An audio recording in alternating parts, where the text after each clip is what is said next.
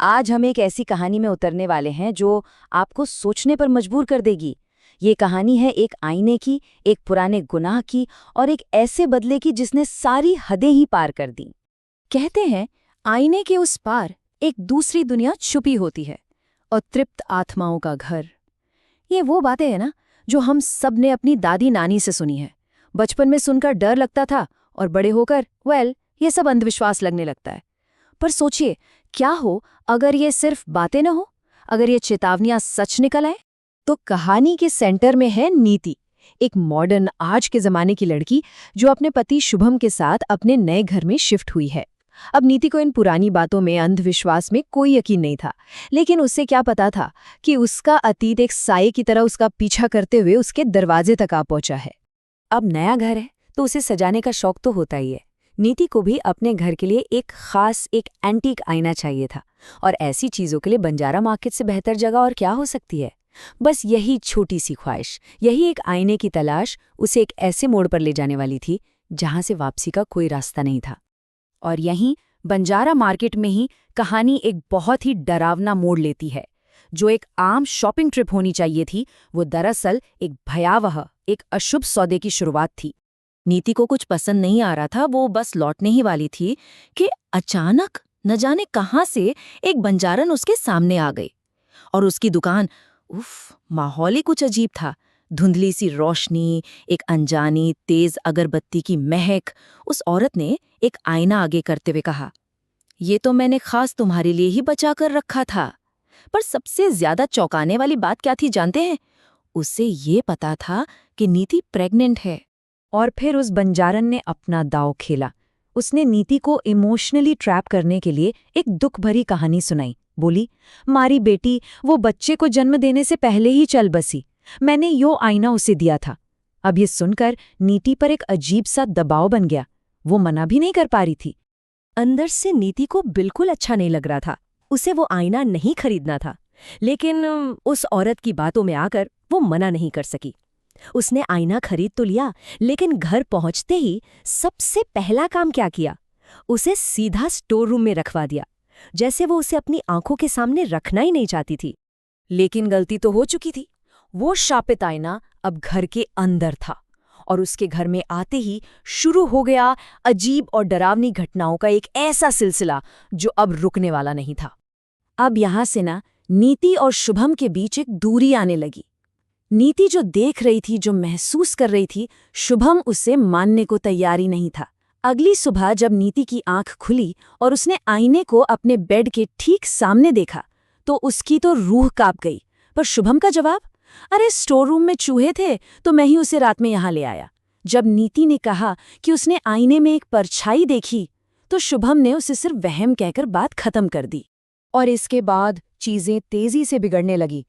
एक के बाद एक अजीब घटनाएं। पहले तो घर के मंदिर में दिया ही नहीं जला, और फिर जब जला तो अचानक उसमें आग भड़क उठी। फिर एक बंद कमरे से किसी छोटे बच्चे के दौड़ने की आवाजें आने लगी, जबकि घर में कोई था ही नहीं। फिर नीति ने साफ साफ एक परछाई को अपनी आंखों के सामने आईने में गायब होते देखा। और हद तो तब हुई जब उसने आईने पर बने एक अजीब से निशान को छुआ और उसे एक जोरदार बिजली का झटका लगा। लेकिन असली खौफ ने दस्तक दी उस रात जब किस्मत ने भी नीति का साथ छोड़ दिया। शहर में बसों की हड़ताल थी और शुभम घर नहीं आ पाया, और नीति उस घर में उस आईने के साथ बिल्कुल अकेली थी। आधी रात का वक्त, चारों तरफ मौत जैसा सन्नाटा, और उस सन्नाटे को तोड़ा एक बच्चे की फुसफुसाहट ने, जो गा रहा था, ट्विंकल ट्विंकल लिटिल स्टार। सोचिए जरा, उस धुन को इस तरह सुनना कितना खौफनाक रहा होगा। और फिर आईने में वो मंजर दिखा जिसने नीति के होश ही उड़ा दिए। एक भयानक सा छोटा लड़का जिसने बड़ी बेरहमी से अपनी ही गर्दन मरोड़ी और इसे तोड़ दिया।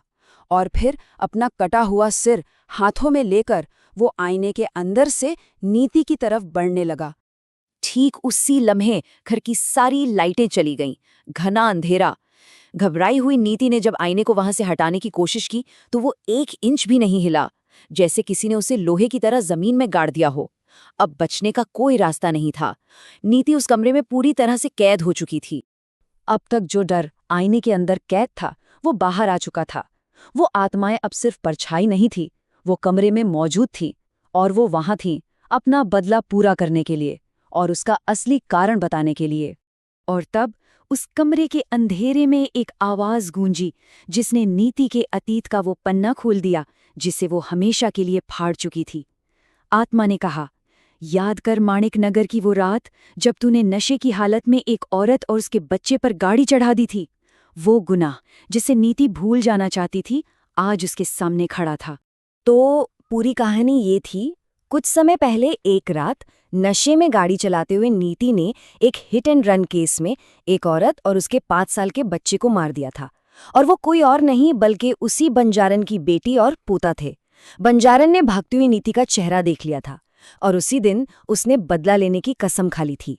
उसने काले जादू का सहारा लिया, अपनी बेटी और पोते की आत्माओं को उस एंटी काइने में कैद कर दिया और फिर एक ऐसा जाल बिछाया कि नीति खुद ब खुद उस आईने तक खींची चली आई। ये सब कुछ एक सोची समझी साजिश थी। तो अब हिसाब का वक्त था। आत्माओं की मांग बिल्कुल साफ थी। तूने हमारे बच्चे को मारा, आज तेरा बच्चा हमारे साथ जाएगा। नीति रोती रही, गिड़गिड़ाती रही, माफी की भीख मांगती रही, लेकिन अब माफी का वक्त जा चुका था। और जब माफी के सारे रास्ते बंद हो गए तो उन आत्माओं ने अपना आखिरी और सबसे भयानक हमला किया। नीति की गुहार के जवाब में उन आत्माओं ने एक ऐसी दिल दहला देने वाली चीख मारी कि उस आवाज से कमरे की खिड़कियां तक टूटकर बिखर गईं। वो सिर्फ एक चीख नहीं थी, वो उनके दर्द, उनके गुस्से का सैलाब था। वो चीख इंसानी कानों के लिए नहीं थी। नीति उसे सह नहीं सकी, उसके कानों से खून बहने लगा और वो बेजान फर्श पर ढेर हो गई। ठीक उसी पल वो शापित आईना भी एक जोरदार धमाके के साथ हजारों टुकड़ों में बिखर गया। और फिर एक खौफनाक खामोशी। तो चलिए हिसाब लगाते हैं। एक तरफ थीं 3 जाने, बंजारन की बेटी, उसका 5 साल का पोता और उसका अजन्मा बच्चा, और दूसरी तरफ बदले में गईं 3 और जाने, नीति, उसका अजन्मा बच्चा और नीति की जिंदगी जो उस रात खौफ से खत्म हो गई। तो सवाल ये है कि क्या इसे बदला कहेंगे या कुछ और? क्या खून का बदला खून लेने से हिसाब सच में बराबर हो जाता है, या ये सिर्फ नफरत और दर्द का एक ऐसा चक्रव्यूह है जिसका कोई अंत नहीं? इसका जवाब शायद हमेशा के लिए उन टूटे हुए आईने के टुकड़ों में ही कहीं खो गया है।